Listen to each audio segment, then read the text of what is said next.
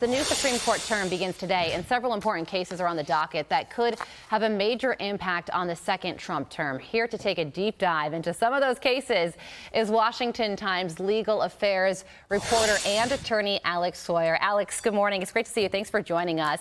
Okay, so let's start with the tariffs. The Supreme Court will be deciding whether or not the president's use of the International Emergency Economic Powers Act to invoke his tariffs is legal. This is a case that not only us here in the United States are going to watch, but literally every single person in every country around the world will be watching this one too. So tell us about this case and what's at stake for us here at home.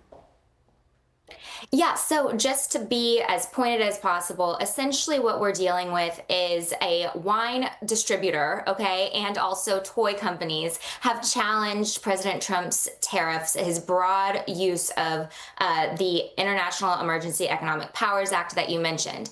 The president, meanwhile, makes the argument that under that law, he has authority in emergency situations to impose tariffs across the board.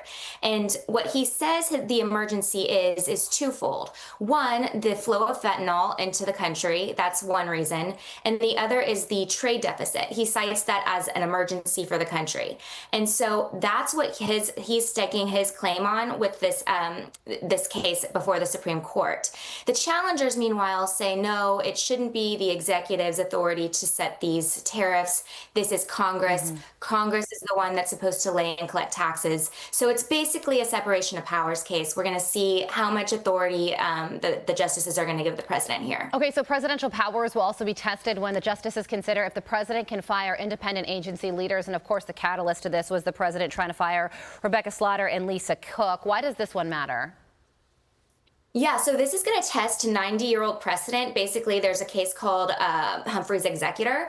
And in that, the Supreme Court previously in 1935 did limit a president's authority to fire individuals from independent agencies. The question here, and it's kind of weird, like if it's an independent agency, is it not under the executive branch? Because we've kind of always treated these Federal Trade Commission, the Federal Reserve as more or less in the executive, not under the legislative control, obviously not under the judicial. So if they're not under the executive control, where are they? It's kind of a weird situation. So the Supreme Court recently has let President Trump fire members of the Consumer Protection Board, the Merit Systems Board, the National Labor Relations Board. So it looks like they're getting ready to overturn this 1935 precedent and give the president more power to fire people. Okay, we're going to try and squeeze one more in here. The Supreme Court is also going to be examining some LGBTQ issues, including cases having to do with transgender student athletes. And if transgender Americans can use their gender identity on passports, both of those things have yet to be decided.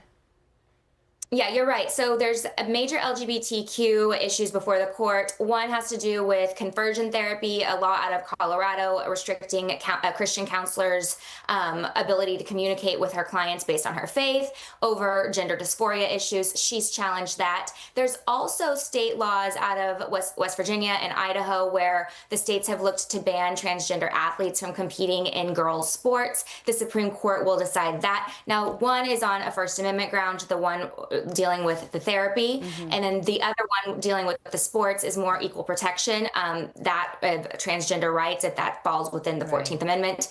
So, we're going to see what the court has to say on these. The passport issue, of course, is pending before the Supreme Court with President Trump's move to limit that based on biology rather than being able to put X if you choose to do so.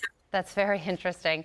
Listen, the summer's over. The justices are putting on those black robes again and getting to work. Alex, thanks for joining us and preparing us for the term ahead. We appreciate it.